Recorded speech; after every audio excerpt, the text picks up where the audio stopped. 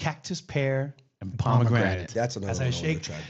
Kim, I'm sorry, Ken, anything you want to talk about this one real quick? I swear to God, you answered my question without asking. Yeah, cactus pear or prickly pear, the same thing, is a very common ingredient in Mexico. So you'll see this used in a lot of different drinks. You'll profile for an ice cream flavor. It's one of my daughter's favorite ice cream flavors. The Cactus Pear?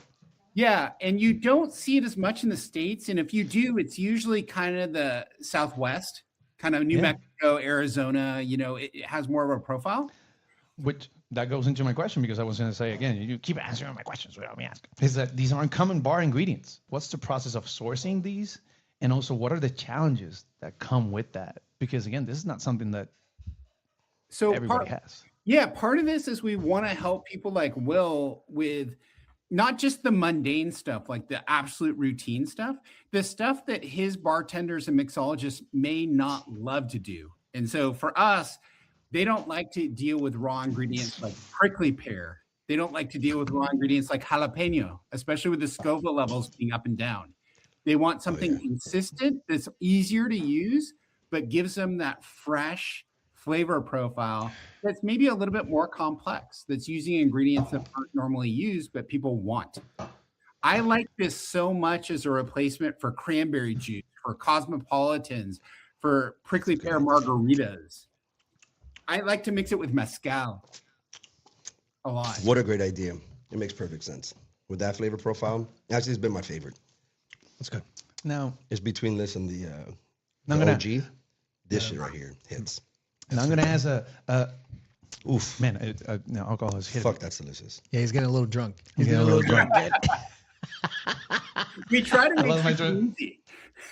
He's getting a little drunk. No, so you said something, and I wanted to kind of ask a question about that, but no, I completely let it go.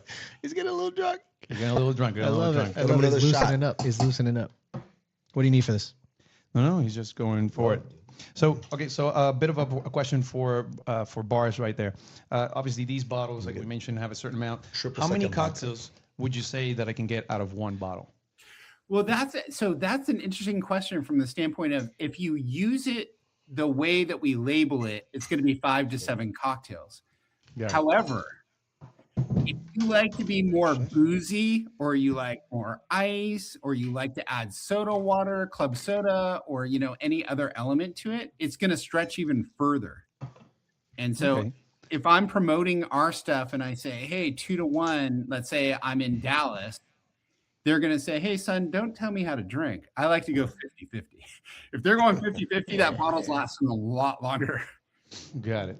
Okay, so depending on, you would say that you would have about, in Will's bar, because he likes to give you that little extra, about 5 cocktails and 2 to, give out, do stuff, but about 5 cocktails out of these bottles. It's going to be 5 to 7 cocktails easily with 2 to 1 ratio. If you're doing more alcohol, it's going to be more. It's going to be closer to 10. Got it. Well, that's a great point. Anything you want to ask about that? No, man. Honestly, I think, listen, I'm no one to validate anyone, Ken, but the fact that I haven't said anything like nasty, not nasty, but that could be perceived as nasty is the biggest compliment that I could give you. You know what I mean? And it means this shit is really good. It means the world to me coming from you, because I know very, very good. That's a standard. And don't flatter me, Ken, because it's cheap and it works. Okay, don't start. Hey, he's too ready for that. He's ready for real. that. I will say this was the one. The most. I don't hate this is like a T-shirt to me. Yeah. Doesn't suck. Really good. Here you go, Cactus Pear and Pomegranate. Cheers. Salud. Provecho.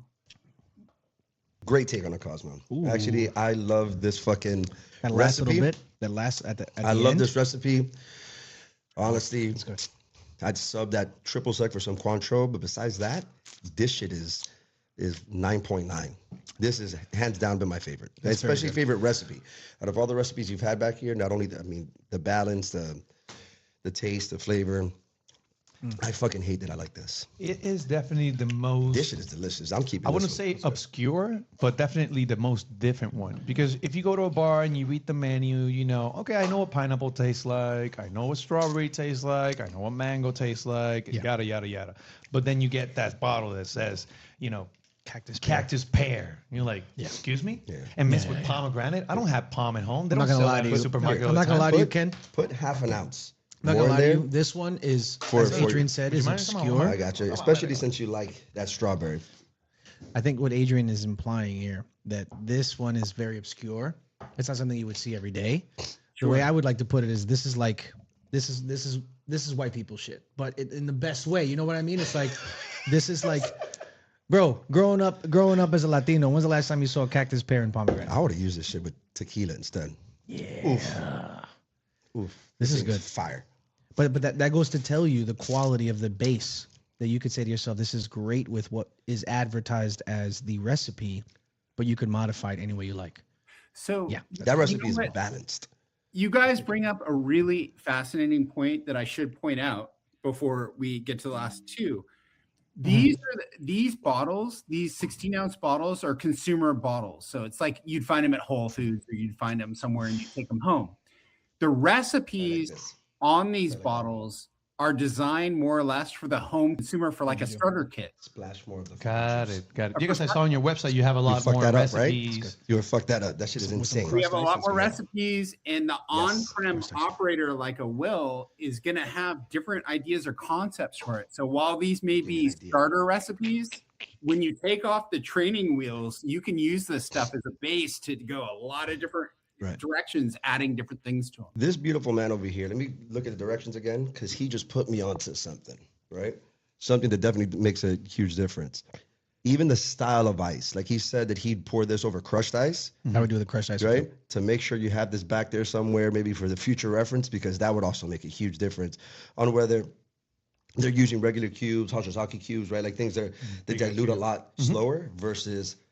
So like for that strawberry, I put over crushed ice easy, and it would make such a huge difference. 100%. Yeah. Damn. Need So, vodka and gentlemen, soda. Cactus pear and pomegranate. Oh, fucking. Wow. This one, That's I good. wouldn't Oh, have wow, for myself, double. but I would definitely put it in a restaurant. Yeah, yeah. Ken, that's good shit. That's good. That could hit a menu. Sincerely. That's good. That's really good, brother. That could hit a menu. Don't forget to like, share, subscribe.